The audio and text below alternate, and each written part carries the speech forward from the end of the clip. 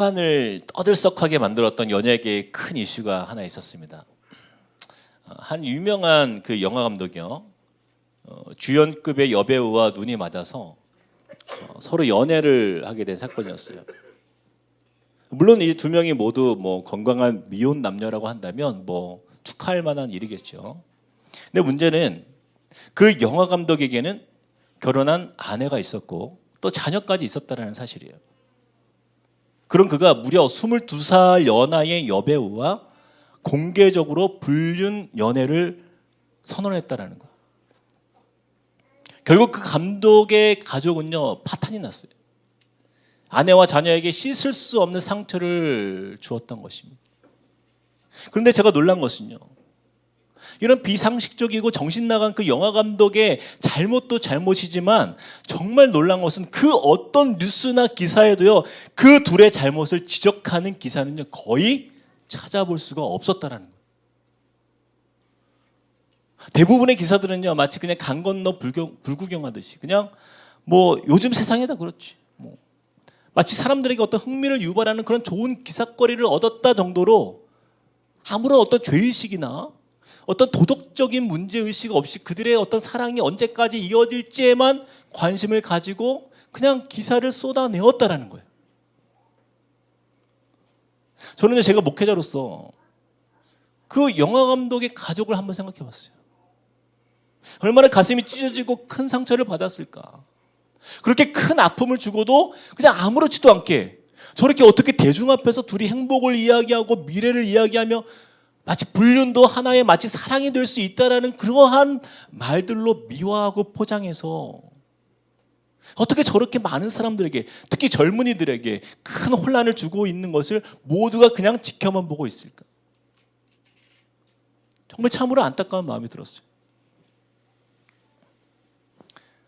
그러면서 제가 이제 가만히 생각을 해보는데요, 여러분, 이것이 바로 죄로 가득한 이 세상의 현실이고 이 세상의 모습이에요. 공중권세 아래 놓인 그 사단의 아래에 놓여진 죄의 노예로 살아가는 인간들의 현실임을 우리가 보게 된다는 거예요. 여러분, 사단은요, 과거에도 그랬고 지금도 여전히 가정을 파괴하기 위해서 우는 사자와 같이 우리들을 무너뜨리려 하고 그런 죄의 정욕과 욕망 속에 끌고 들어가라고 애를 씁니다.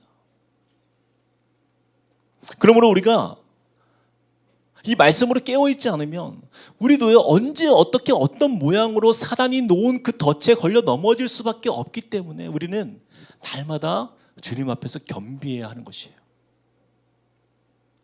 바로 오늘 말씀이 그런 그 욕망의, 그 육신의 욕망과 어떤 그 정욕으로 타락한 한 인물이 묘사되는 것을 우리가 보게 되는 거예요. 바로 그 이름은 헤롯입니다. 우리 함께 14절 말씀 한번 읽어볼까요? 14절 시작. 이에 예수의 이름이 드러난지라. 헤롯 왕이 듣고 이르되 이는 세례 요한이 죽은 자 가운데서 살아났도다. 그러므로 이런 능력이 그 속에서 일어나느니라 하고, 우리가 좀 계속해서 마가복음을 우리가 보고 있는데 예수님께서요, 제자들과 함께 갈릴리 지역을 중심으로 복음을 전하는 일을 이루어 가고 계세요. 예수님은요, 많은 사람들을 여러 병들로부터 고치셨고 또 귀신 들린 자를 치유하시고 자유케 하시고 회복하시는 일들을 그렇게 이루어 가셨어요. 또한 회개의 선포를 통해서 하나님 나라의 복음을 전하시는 일을 계속하셨어요. 그런데 이 예수님에 대한 소문이요, 이 갈릴리 지역의 통치자인 헤롯에게까지 전해졌다라는 거예요. 그런데 이에 대한 헤롯의 반응이 1절에 등장하는 것입니다. 헤롯은요, 예수께서 행한 그 기적과 소문들을 듣고 지금 누구를 생각하고 있는 거예요? 바로 세례 요한. 자신이 죽였던 그 세례 요한을 그가 생각하고 있는 거예요. 그러면서 뭐라고 합니까? 세례 요한이 죽은 자 가운데서 다시 살아났도다. 아니, 지금 예수님의 소문이 돌고 있는데 왜 헤롯은 왜 지금 세례 요한을 떠올리고 있을까요? 오늘 본문 말씀을 우리가 잘 이해하기 위해서는 그 헤롯과 이 세례 요한과의 그 불편한 관계를 우리가 좀 이해할 필요가 있어요. 먼저 헤롯 왕이 어떤 사람인가에 대해서 조금 설명이 필요한데요. 사복음서에 보면 헤롯이 두 명이 등장합니다. 우리가 좀 혼동하면 안 되는데 헤롯 대왕이 있고요. 그 다음에 그의 아들 헤롯 왕이 있어요. 예수님이 탄생하실 때 2살 이하의 그 유아를 살해해라라고 명령했던 왕은요 헤롯 대왕이에요. 오늘 성경 본문에 등장하는 이 헤롯 안티파스인데 이 왕의 아버지입니다. 그리고 오늘 본문에 등장하는 이 헤롯은요 헤롯 대왕이 아니라 방금 얘기했듯이 그는 헤롯 안티파스라는 그 헤롯 대왕의 아들인데 헤롯 대왕은요 이 점령지들을 잘 통치하기 위해서 아무나 통치자로 맡기지 않아요. 그곳에 자신의 자녀들이나 친족들에게 각 지역을 맡아서 다스리게 하였던 거예요. 그래서 사실은요 이 헤롯 안티파스는 왕이 아니라 총독과 같은 인물이에요. 그러나 그 지역에서는 왕처럼 군림하였기 때문에 헤롯 왕이라고 불렸던 거예요. 이 헤롯 대왕과 그의 아내 그 말다케라는 그 여인의 사이에서 태어난 이 헤롯 안티파스, 오늘 본문에 등장하는 이 헤롯은요 그가 맡고 있는 지역이 갈릴리와 바로 베레아 지역이었어요. 갈릴리와 베레아 지역을 맡아서 통치하는 바로 분봉 왕이었던 것입니다. 그런데 오늘 우리가 본문을 읽었듯이 헤롯에게는요 아주 치명적인 트라우마가 하나 있었어요. 바로 그것이 세례 요한이었습니다. 세례 요한. 절대 권력을 가진 이 헤롯 왕에게 대해서 사람들은요 그 앞에서 벌벌 떨었어요. 그런데 감히 그 헤롯 왕의 죄를 지적하는 유일한 한 사람이 있었는데 바로 그 사람이 누구였어요? 세례 요한이었다라는 거예요. 감히 왕 앞에서 그의 잘못을 지적할 수 없는 분위기 속에서 유일하게 세례 요한만이 당당하게 그의 죄를 지적하는 인물이었다. 사실 이 헤롯 왕의 일가를 보면요 절대로 범해서는 안 될 가족끼리의 근친상간이 아주 범람했습니다. 가족관계가요 정말 복잡해요. 헤롯은요 자신이 통치하는 지역인 이 베레아 지역, 갈릴리와 베레아를 맡고 있는데 그 베레아 지역의 국경에 보면요 맞닿아 있는 그 나비테아 왕국이 있었어요. 이 나비테아 왕국과의 그 분쟁을 피하기 위해서 그 아레타스 4세, 그 나바테아 왕국의 왕이죠. 그 왕의 딸인 파샬리스 공주와 이 헤롯 안티파스가 결혼을 합니다. 그런데 이 헤롯이요 세월이 지나서 로마에 갈 일이 생긴 거예요. 그때 그는요 이복 청지였던 그 빌립의 집에 잠시 머물게 되었는데 그때 그 빌립의 아내였던 헤로디아를 보고요 첫눈에 반해서 사랑에 빠진 거예요. 남의 여자잖아요, 그렇죠? 특별히 자신의 형제의 아내예요. 근데 헤롯이 얼마나 정욕적인 사람이었는가? 결국 자신의 욕망을 주체하지 못한 이 헤롯은요 헤로디아를 얻기 위해서 자신의 아내인 그 파샬리스를 버리고 이혼합니다. 또한 자신을 좋아해주는 그 헤로디아도 자신의 그 권력의 욕구를 충족하기 위해서 그 남편이었던 빌립과 이혼하고 그녀 역시 헤롯을 선택해요. 이렇게 둘은요 서로의 그 욕망을 위해서 가정을 파괴하고 해서는 안 될 근친상간의 죄를 범하게 된 거예요.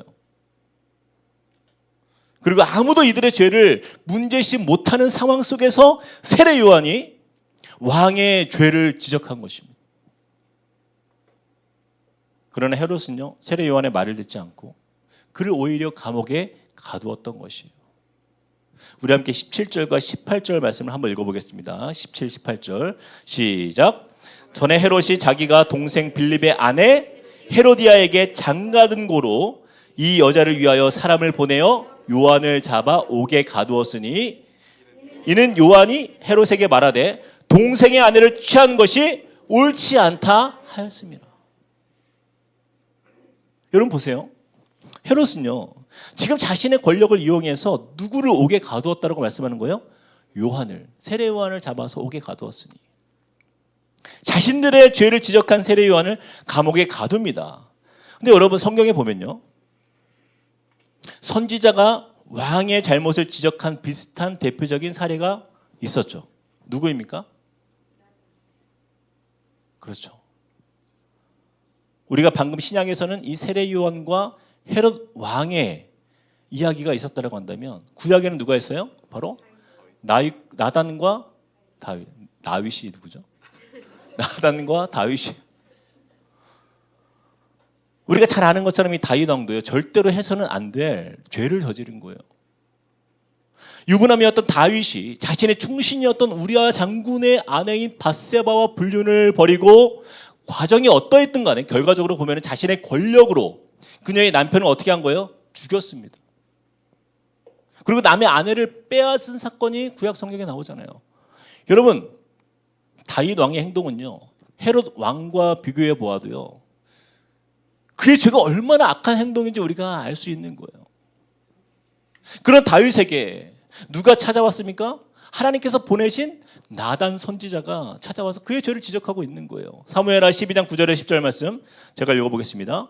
그러한데 어찌하여 네가 여호와의 말씀을 업신여기고 나 보기에 악을 행하였느냐?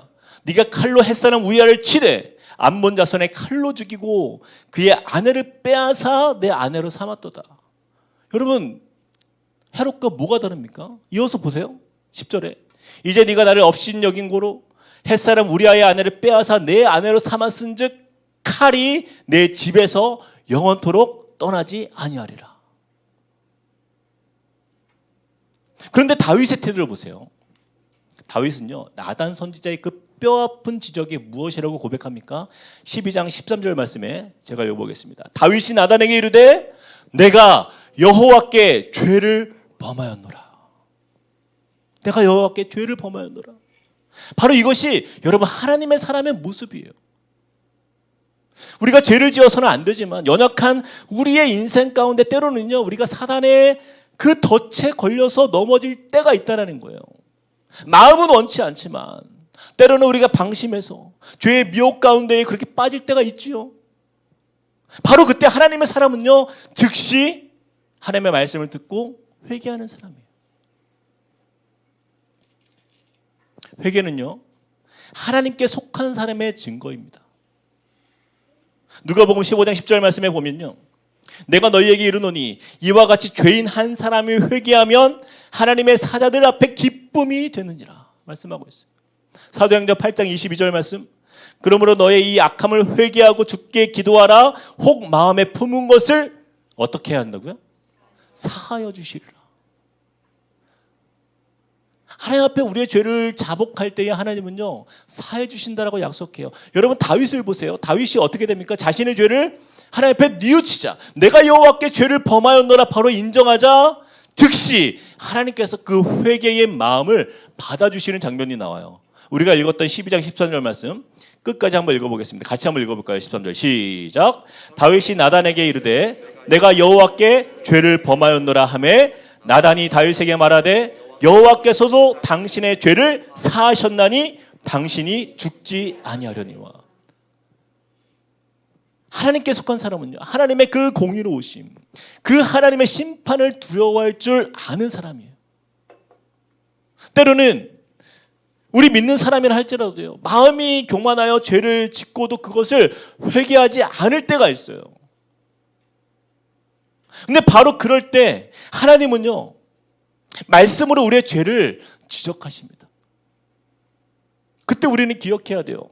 하나님의 그 두려운 심판과 그 하나님께서 사랑하는 자녀가 바른 진리의 길을 걸을 수 있도록 무섭게 회초리를 드시고 징계하실 수 있다는 사실을 우리는 깨달아야 되는 거예요. 그 두려운 하나님의 징계를 꼭 받아봐야 아는 사람은요, 미련한 사람인 거예요. 하나님의 말씀이 들릴 때 우리는요, 바로 돌이키는 거예요. 여러분, 회개의 의미가 무엇입니까? 회개는요, 후회하여 돌이킨다라는 뜻이에요. 후회하여 돌이킨다. 하나님은 이 땅을 살아가는 저와 여러분에게요, 돌이킬 수 있는 기회를 주시고 그 음성을 듣고 회개하는 사람을 하나님은 용서할 준비가 되어 계세요. 그래서 우리는요, 날마다 우리 자신을 돌아봐야 돼요. 날마다. 우리가 매주일마다 예배 시간에 참회의 시간을 갖잖아요. 참회의 기도를 주 앞에 올리잖아요. 그 이유가 바로 여기에 있는 거예요. 우리는 기회가 있을 때마다 하나님 앞에 회개의 자리를 나아가는 거죠. 그러나 여러분, 회개는요, 그냥 우리가 말로 혹은 기도로만 하나님께 회개한다고 해서 그것이 끝나는 것이 아니에요. 반드시 우리 삶에 변화가 나타나야 합니다. 혹시 우리 가운데 다른 사람들은 알지 못하는 나만 알고 있는 그런 죄를 내가 반복하는 자리에 있다라고 한다면, 혹은 어떤 죄의 자리를 내가 지금 그 선을 넘지는 않았지만 그 죄의 자리 근처에서 기웃거리고 서성이고 있었다라고 한다면, 우리는 오늘 말씀을 통해서 그 자리를 떠나기로 결단하는 저와 여러분이 되길 축복드립니다. 근데 여러분, 헤롯을 잘 보세요. 그는요, 다윗 왕과는 전혀 다른 길을 걷는 거예요. 세상에 속한 사람은요, 마음이 강팍합니다. 자신의 잘못을 지적받아도 절대 회개하지 않아요.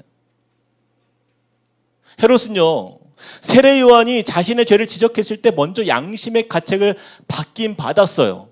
그것은 좋은 징조예요.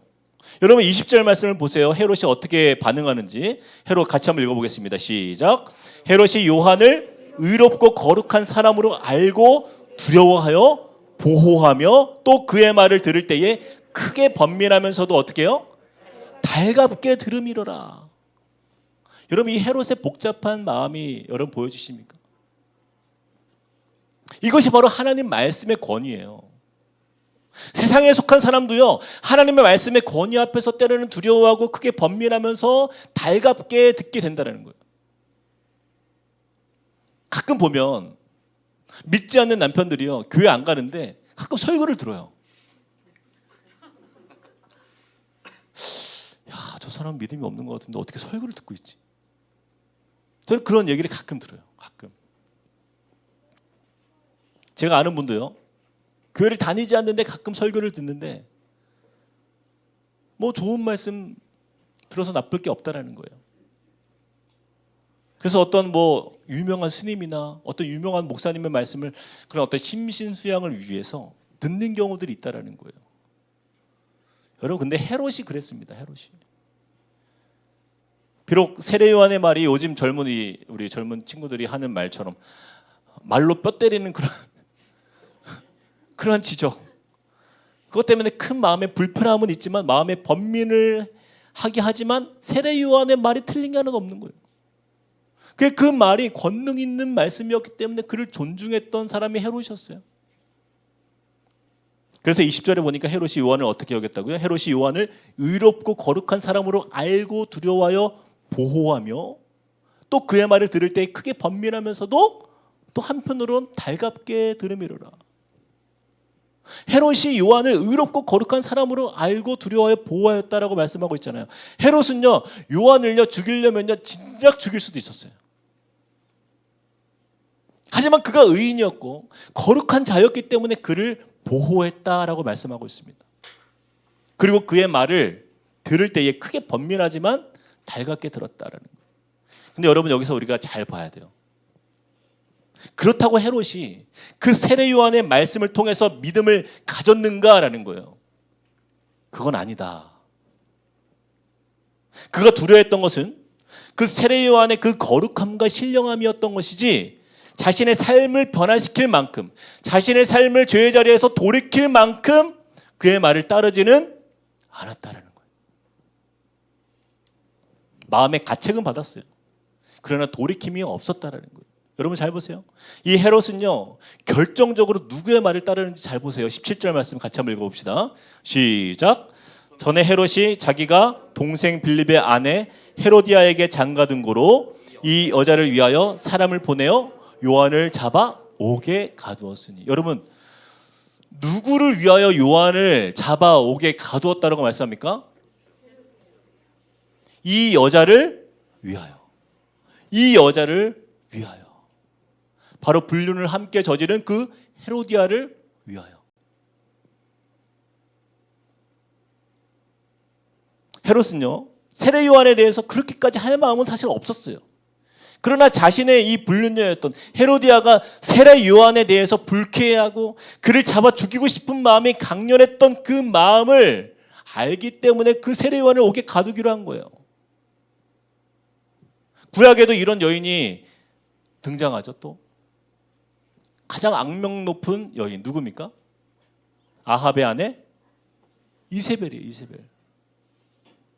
시돈 땅의 왕의 공주였던 이세벨은요, 아합과 결혼하고 자신이 섬기던 그 바알과 아세라 신을 백성들을 하여금 섬기게 합니다. 그리고 엄청난 죄를 저질러요. 여호와의 선지자들을 잡아 죽이는 일을 행했던 인물이 바로 이세벨이에요. 결국 누구까지 잡아 죽이려고 시도했어요? 엘리야까지. 엘리야 선지자까지. 아합도요, 이 여자를 위하여 그는 죄를 범하였고, 헤롯도 이 여자를 위하여 자신이 얼마나 큰 죄를 저지르고 있는지 깨닫지 못했던 것입니다.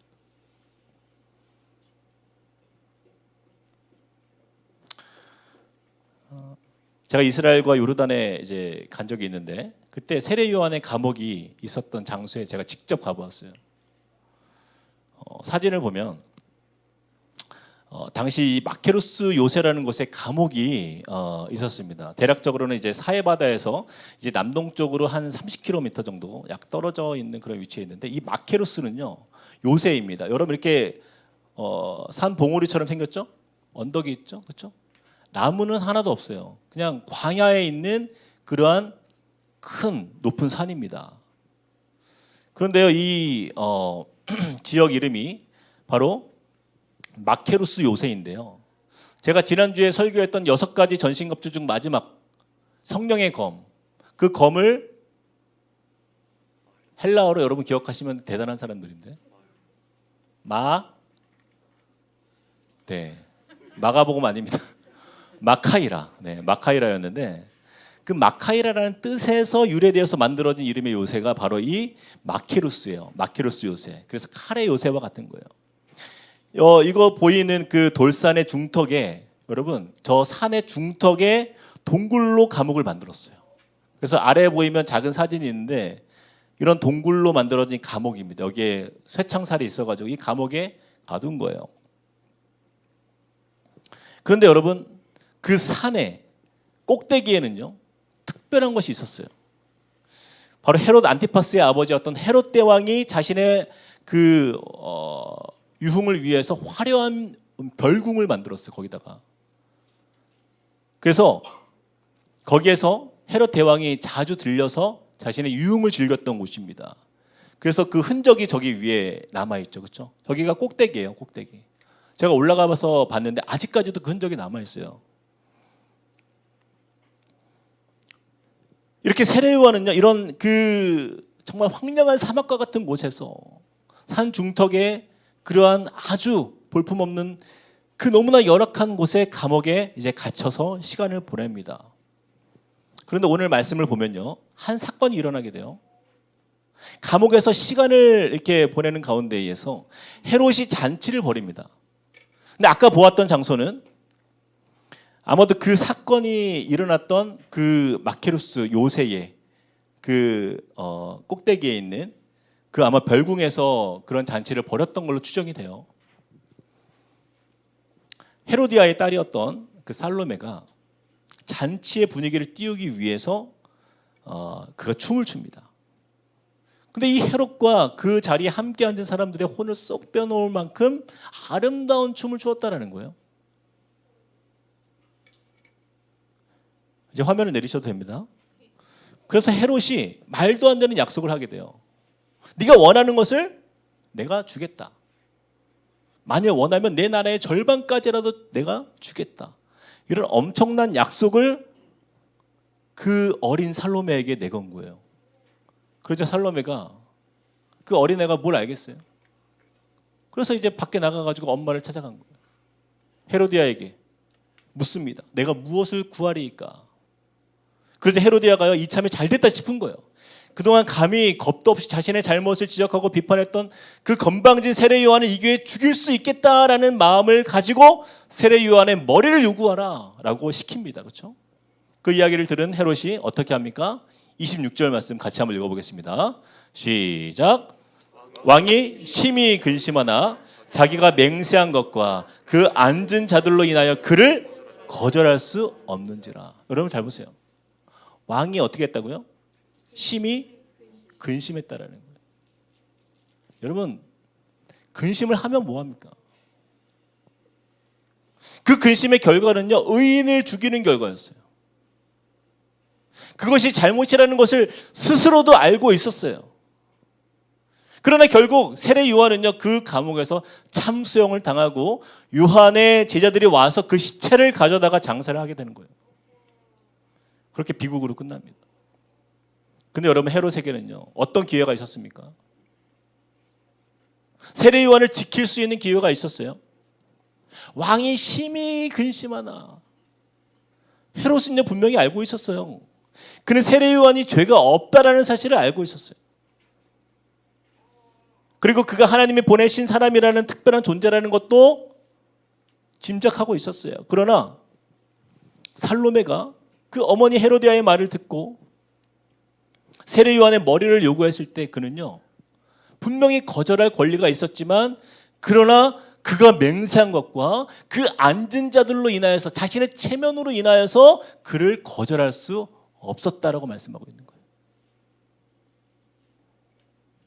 결국 그의 선택은 하나님의 말씀이 아닌 자신의 불륜으로 선택한 헤로디아의 편에 섰던 것입니다. 사랑하는 성도 여러분,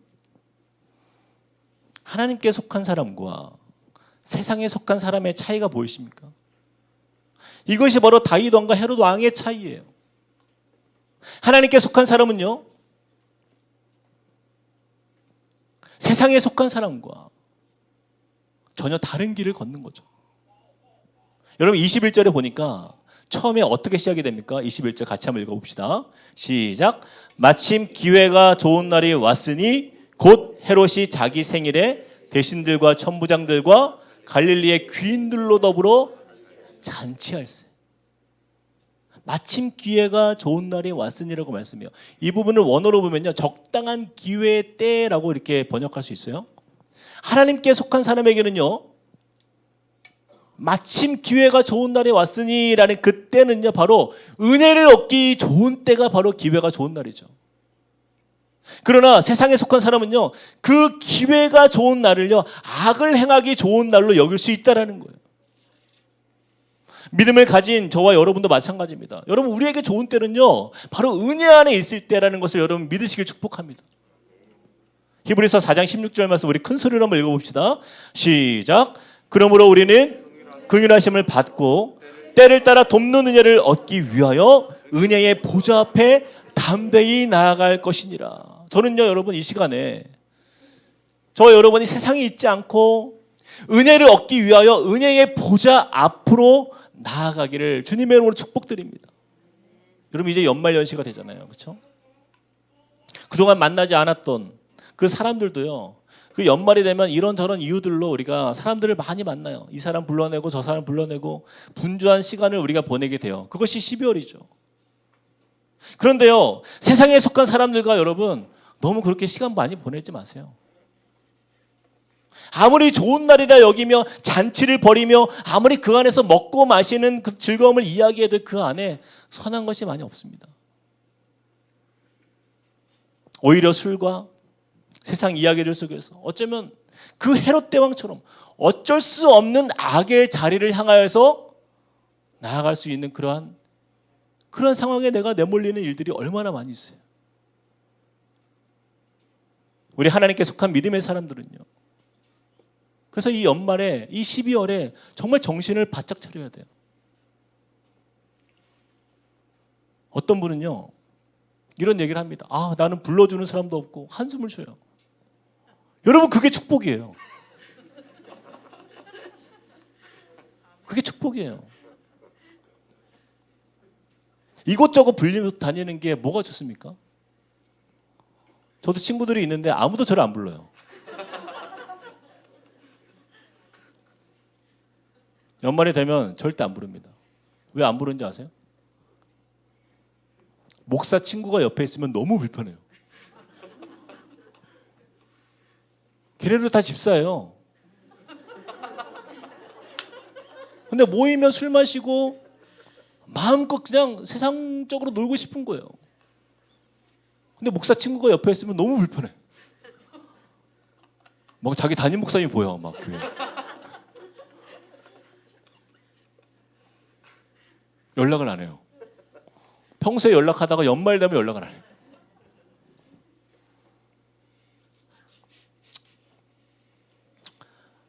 근데 그것이 딱 헤롯의 마음이에요, 여러분. 세례 요한도 살려야 되겠고 헤로디아의 말도 들어야 되겠고 그 안에서 심히 번민하는 거예요. 세상과 이거 어떻게 해야 되나. 그러나 왕이 근심하나, 왕이 심히 근심하나, 그가 누구를 선택해야 할지 헤롯이 심히 근심하나, 그러나 결국 그의 선택은 무엇이에요? 세례 요한이 아닙니다. 헤로디아의 그 악한 죄에 자신을 방치하는 거예요. 여러분, 그 죄는요, 헤로디아나 헤롯이나 똑같은 죄인인 것이. 사랑하는 성도 여러분, 여러분들은 이 연말연시에 누구를 선택하시겠습니까? 세상 사람들은요, 마침 기회가 좋은 날이 왔으니 곧 헤롯이 자기 생일에 대신들과 천부장들과 갈릴리 귀인들로 더불어 잔치할세. 여러분, 이 모임 저 모임 이렇게 하면서 잔치를 누리는 것 같은 그런 세상 사람들 너무 부러워하지 마세요. 특히 우리 남자 성도님들, 세상에서의 모임들 정말 많죠. 대부분 보세요, 술과 향락에 빠져 있는지. 그러나 우린 달라야죠. 히브리서 4장 16절 말씀, 우리가 읽었던 말씀. 그러므로 우리는 긍휼하심을 받고 때를 따라 돕는 은혜를 얻기 위하여, 바로 지금이잖아요. 그 때를 따라 돕는 은혜를 얻기 위하여 은혜의 보좌 앞에 담대히 나아갈 것이니라. 그래서 저는요, 오늘 이 자리에 나오신 여러분들 너무너무 축복합니다. 다음 주에 누가 빠지나 볼 거예요. 그래서 여러분, 시간 날 때마다 교회 오세요. 교회로.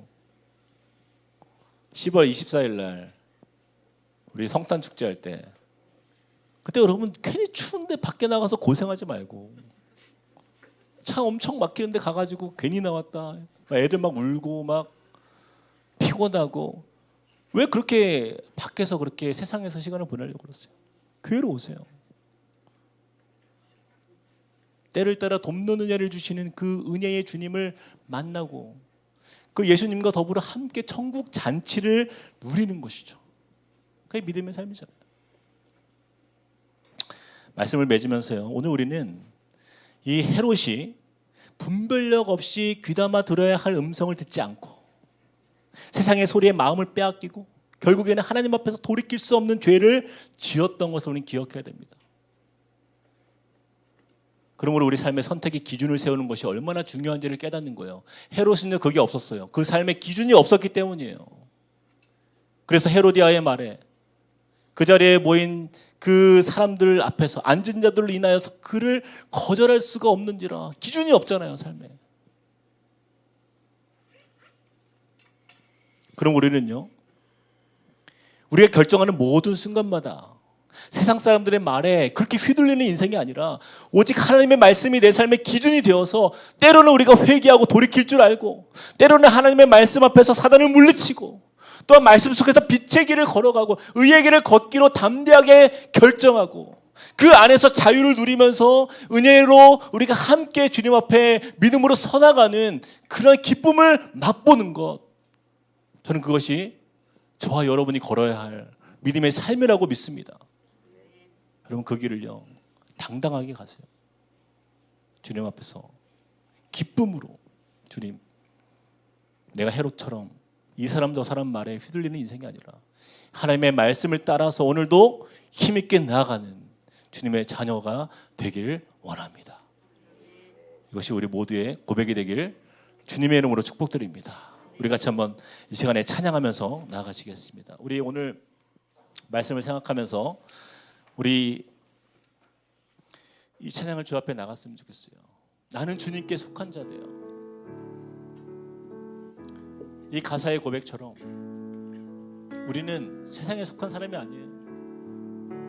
하나님께 속한 자의 삶을 우리가 믿음으로 고백하고 그 안에서 참 자유의 기쁨을 누리는 복된 믿음의 삶을 살기를 원하며 함께 찬양하시겠습니다. 이 땅의 내 삶이 이 땅의 내 삶이 비록 버겁더라도 주님의 선하심 나 믿으며 이 작은 자통에 이 작은 자통에 주가 이뤄가시니 감사로 사는 삶 감사로 사는 삶 나 살기 원하네. 내 삶의 시간 속에 주의하시네. 내 모든 여정 속에 내 모든 여정 속에 함께 하시네. 깊고도 크신 주의 영광을 나 보리라. 위대하신 주 나는 주님께 속한 자 되어 주의 나라 위해 전심으로 살리라. 주의 마음에 합한 자 되어 맡기신 소명이 우리 가사를 생각하면서 우리 다시 한번 고백합시다. 이 땅의 내 삶이 이 땅에 내 삶이 비록 버겁더라도 주님의 선하심만을 나 붙들며 나 믿으며 가겠습니다. 주님의 선하심 나 믿으며 이 작은 자통에 주가 이뤄가신 이 작은 자통에 감사로 사는 삶 나 살기 원하네. 감사로 사는 삶 나 살기 원하네. 내 삶의 시간 속에 내 삶의 시간 속에 주일하시네. 내 모든 여정 속에 내 모든 여정 속에 함께 하시네. 깊고도 크신 주의 영광을 나 보리. 주님은 위대하신 주 나는 주님께 속한 자 되어 주의 나라 위해 전심으로 살리라. 주의 마음에 합한 자 되어 맡기신 소명이 나는 주님께 속한 자 되어 나는 주님께 속한 자 되어 주의 나라 위해 전심으로 살리라. 주의 마음에 합한 자 되어 맡기신 소명이 우리. 먼저 이 시간에 우리 같이 한번 기도하며 나갈 때에 여러분 우리가 먼저 회개할 게 있어요. 여러분 우리 마음에 세상을 부러워하고 세상 사람들의 말들을 들으며 그 세상의 자리에서 나도 무언가 내가 그곳에서 중요한 인물이 되고 어떤 세상에서 내가 사람들에게 인정받고, 여러분 그것은요 다 지나가는 것들이. 우린 무엇에 마음을 빼앗기며 살고 있습니까? 수많은 사람들이 믿는다고 하면서도 헤롯의 길을 걷고 있는 것을 우리가 보게 됩니다. 왕이 심히 근심하나 자기가 맹세한 것과 그 앉은 자들로 인하여 그를 거절할 수 없는지라. 왜 우리는 그런 거절을 못합니까? 죄의 자리를 바라보면서도 이것이 죄라는 걸 알고 있는데 왜 우리는 거절을 못하고 항상 그 앞에서 기웃거리고 넘어지고 마는 우리의 인생, 여러분 그것을 끊어내는 것이, 그것이 바로 회개이며 죄의 자리에서 돌이키는 것, 그것이 하나님께서 저와 여러분을 향한 하나님의 뜻입니다. 우리가 참 이 시간에 기도할 때 하나님, 내가 결단하며 나아갑니다. 주님, 그저 내 삶에서 근심만 많은 인생으로 후회하는 인생이 아니라 하나님의 말씀이 임할 때마다 그 말씀 앞에서 내가 결단을 내리고, 하나님, 내가 사람들의 말에, 어떤 사람들의 그런 모습들 속에서 내가 체면에 의해서 하나님 그렇게 거절을 못하는 인생이 아니라 하나님 죄의 자리를 끊고 하나님 그것들을 거절할 수 있는 믿음으로 살게 해달라고 우리가 한번 주 앞에 기도하며 나아가시겠습니다. 사랑과 은혜 하나님 주님을 의지하며 믿음으로 나아갑니다. 하나님, 우리의 삶의 주님이 우리의 주인 되시고 하나님 주님의 능력을 우리가 온전히 의지하며 나아가는 주님의 백성으로 살게 하여 주시옵소서. 하나님, 우리가 전심으로 주님의 뜻을 이루하며 나아가는 하나님 참된 거룩한 의인의 삶을 살아갈 수 있는 하나님 주님의 자녀가 되길 소망합니다.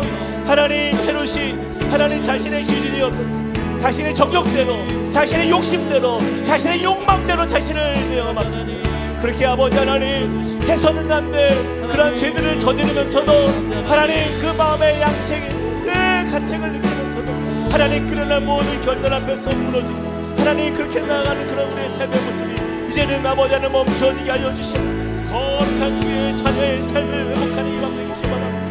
하나님, 주님께서 우리에게 보여주신 하나님 그 주님의 말씀을 쫓아서 하나님 우리가 날마다 반응하며 하나님 주님 앞에 결단한 우리의 삶이 되게 하여 주시옵소서.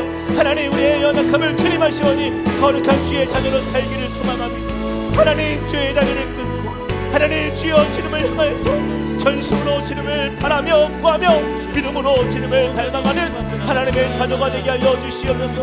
하나님, 우리는 긍휼하심을 받고 때를 따라 돕는 은혜를 얻기 위하여 은혜의 보좌 앞에 나아가라 말씀하신 주님의 말씀을 우리가 기억합니다. 하나님, 이 말씀을 붙들기 원합니다.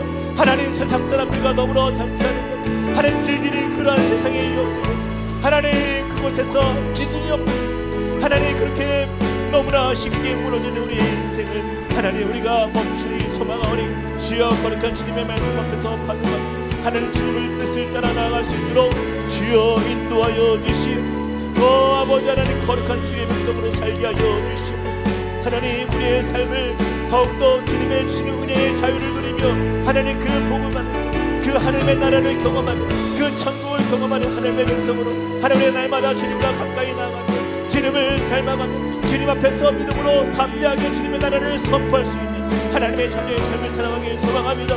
하나님의 거룩한 주의 자녀의 삶을 살게 하여 주시옵소서. 주님 역사하여 아버지 하나님, 우리의 삶 속에 놀라운 주님의 은혜로 하나님 믿음으로 담대히 나가게 하여 주시옵소서.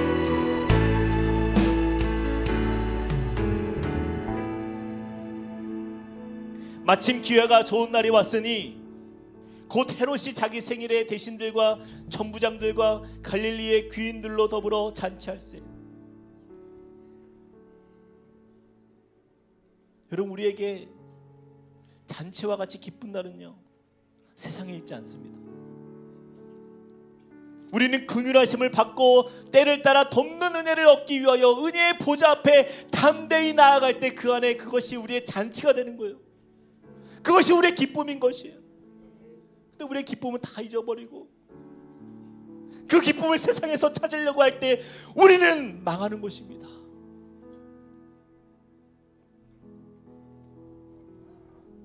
이 연말에 많은 성도들이 세상에서 배회하고 방황하고 하나님의 자녀임에도 불구하고 그 잔치의 기쁨을 세상에서 얻으려고 할 때 결국에는 우리는 사단의 노리개가 되고 죄의 덫에 그렇게 무너지고 자신의 삶을, 자신의 가정을, 우리 교회 공동체를 시험에 들게밖에 할 수 없는 그런 죄가 우리 앞에 도사리고 있는데 우리 시간에 좀 주님 앞에 주님의 도우심을 구했으면 좋겠어요. 하나님, 우리에게 분별력을 주시옵소서. 주님, 우리에게 가장 소중한 자리를 향하여서 하나님께서 주시는 그 은혜의 자리를 우리가 포기하지 않길 원합니다. 세상 사람들이 어떻게 살아가든, 주위의 사람들이 무엇을 즐기든, 무엇을 자신의 잔치처럼 여기든 그것과 상관없이 우리는 오직 주님의 말씀 앞에서, 주님의 그 은혜 앞에서 담대하게 주님을 붙들고 나아갈 수 있는 하나님의 그런 뚝심 있는 크리스찬으로 살게 하여 주시옵소서. 우리가 붙드는 그 진리의 말씀의 그 삶을 살아가는 것, 이것이 우리의 삶의 기준이 되게 하시고, 하나님 그것이 없어서 죄 가운데 너무나 쉽게 넘어지는 그러한 삶으로 우리를 방치하지 않도록 주님 우리를 붙들어 주시옵소서. 주님 우리를 인도하여 주시옵소서. 주님 우리의 삶에 충만한 은혜로 나를 채워 주시옵소서. 우리 같이 한 번 더 기도하며 주 앞에 나가시겠습니다. 사랑과 은혜 하나님 주님을 의지하고, 하나님 우리의 모든 이 세상 가운데 하나님 우리가 너무나도 쉽게 방황하는 우리의 모습, 하나님 죄의 자리 앞에서 하나님 우리는 의인임에도 너무나도 죄를 쉽게 생각하고 죄의 자리를 아버지는 그것이 마치 세상에서 사람들이 즐기는 그 자리를 당하여 하나님 그것이 마치 가장 아름다워 보이는, 그것이 훌륭해 보이는 잔치라고 사람들이 그런 모습과 하나님 우리의 자신을 바치는 주님 이 시간 주님 앞에 우리의 믿음을 드리고 우리의 삶을 드리며 나아가며 주님 우리가 긍휼하심을 얻는 것, 하나님의 때를 따라 돕는 주님의 그 은혜의 충만하심을 하나님 내가 날마다 경험할 수 있도록 우리가 담대하게 보좌 앞을 향하여서 하나님 우리가 담대하게 나아갈 수 있는 주 믿음을 우리에게 허락하여 주시옵소서. 하나님 그 은혜의 충만함을 하나님 우리의 삶의 가장 중요한 가치로 여기며 하나님 흔들리지 않는 믿음의 삶을 살아가게 하여 주시옵소서. 주님 우리가 주님께 속한 인생, 하나님 우리가 세상에 속한 자의 삶을 살아가지 않고 주여 우리의 마음에 아버지 하나님 깨우침을 주시고 도전을 주시고 하나님 회복의 은혜를 부어주시옵소서. 주님의 은혜로 하나님 우리가 말씀으로 하나님 우리의 기준을 분명하게 세워서 하나님 우리가 말씀 앞에 돌이킬 줄 알며 하나님의 말씀으로 악한 영을 물리치며 하나님 또한 말씀으로 아버지는 빛의 길을 걸어가며 하나님의 복음의 의의 길을 걸어가며 하나님 예수 그리스도의 제자의 삶을 살아갈 수 있는 하나님의 제자로 우리가 살게 하여 주시옵소서. 하나님 그것이 우리의 소원, 하나님 이것이 우리의 모든 주의 자녀들의 아버지 하나님 삶의 고백이 될 수 있도록 하나님 은혜 베풀어 주시옵소서. 하나님 주님 앞에 우리가 세상의 것을 향하여 이 썩어질 것들을 향하여 우리가 마음 빼앗기지 않도록 주여 도와주시옵소서.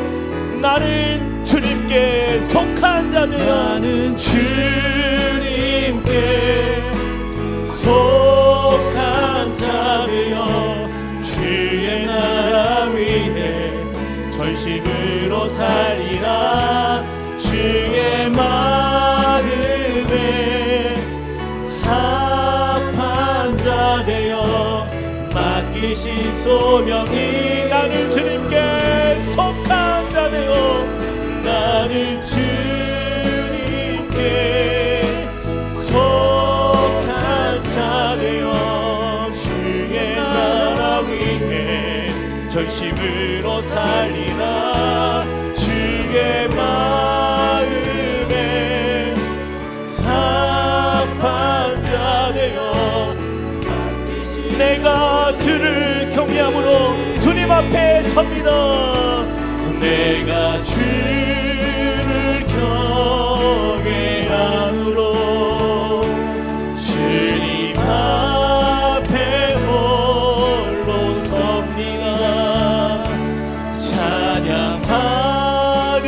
찬양받으시니 합당. 그 거룩하신 주님을 바라보며 믿음으로 선포합시다.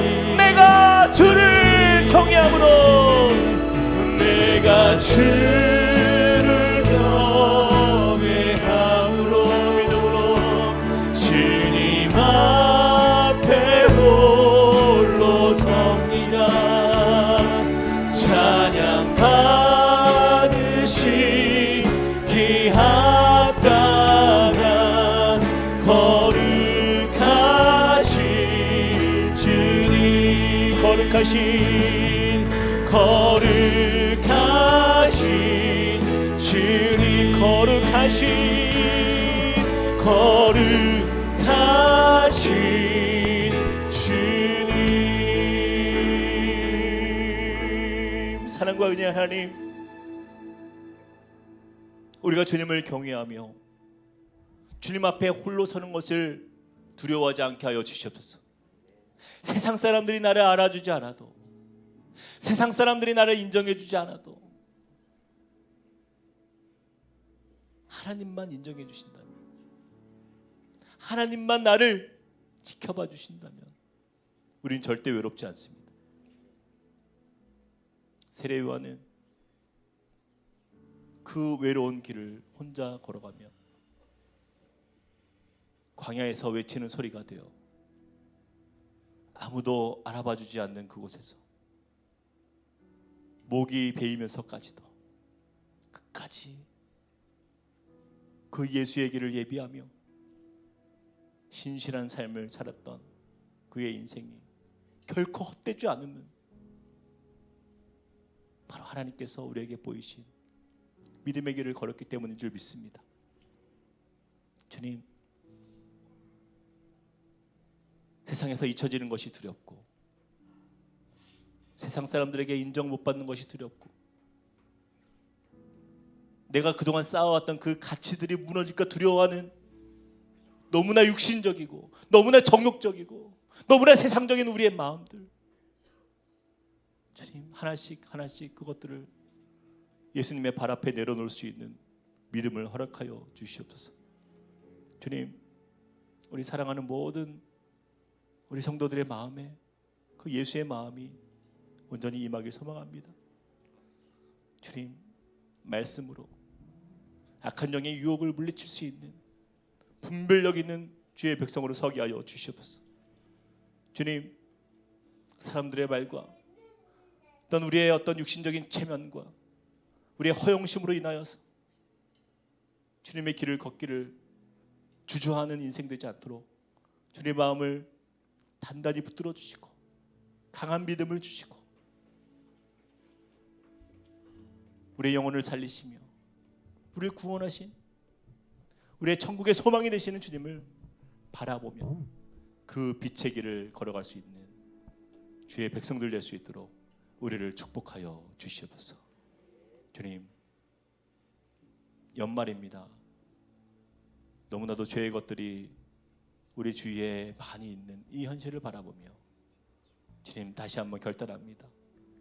거룩한 주의 백성으로 이 한 해를 잘 마무리할 수 있도록 우리에게 힘을 더하여 주시고 담대한 믿음을 주시고 주님 앞에서 끝까지 견디며 복음으로 살아가는 믿음의 자녀들로 세워 주시옵소서. 그렇게 우리를 인도하실 주님을 믿사오며 살아계신 예수 그리스도의 이름으로 간절히 기도합니다. 아멘. 우리 각자의 개인 기도 제목으로 주님 앞에 나아가시겠습니다.